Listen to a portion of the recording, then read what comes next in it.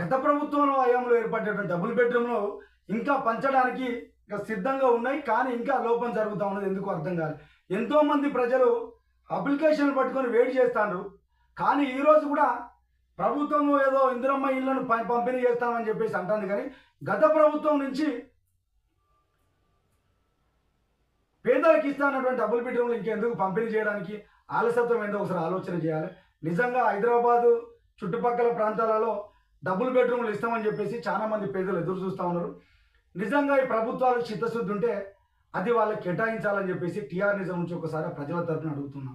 ఎందుకంటే సార్ ఈరోజు మీరు ఆ ప్రజలకు ఇల్లు ఇచ్చేసి వాళ్ళని ఆదుకుంటారని చెప్పేసి అనిపిస్తూ ఉన్నది.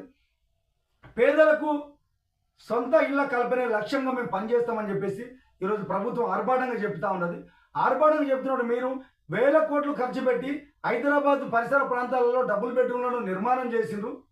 ఆ గత ప్రభుత్వం చేసినా, మీరు చేసినా, ఎవరు చేసినా అది పేదలకు అందాల్సిన సందర్భం ఉన్నది. కాబట్టి ఆ ఇల్లు పంపిణీ చేసి వాళ్ళకి ఆత్మగౌరవంగా జీవించే అవకాశం ఇవ్వాలి. ఎంతోమంది ప్రజలు వెయిట్ చేస్తారు సార్. దరఖాస్తులు చేసుకున్న సంవత్సరాలు గడుస్తూ ఉన్నాయి. కానీ మీరు వచ్చి వాళ్ళకి ఇస్తారని చెప్పేసి ఆశ ఉండే. కానీ ఇప్పటికీ వాళ్ళకి ఇవ్వకపోవడానికి ఆంతర్యం ఏదో అర్థమవుతలేదు సార్.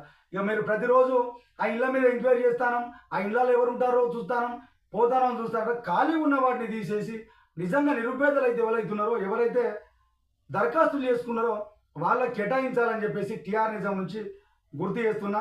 ఈరోజు ప్రజాప్రభుత్వం, పేదల ప్రభుత్వం చెప్పుకున్నటువంటి కాంగ్రెస్ పార్టీ ప్రజలు నమ్మి ఆదరించారు. కాబట్టి ఆ డబుల్ బెడ్రూమ్లను వెంటనే సంబంధిత పేదలకు అందియాలని చెప్పేసి మరోసారి గుర్తు చేశాను. వాళ్ళు ఎదురు కళ్ళల్లో కాయలు కాస్తానే సార్. ఇంకెప్పుడు చేస్తారు? ఇక రేపొచ్చే మాపొచ్చే అని వాళ్ళు ఎదురు చూస్తూ ఉన్నారు.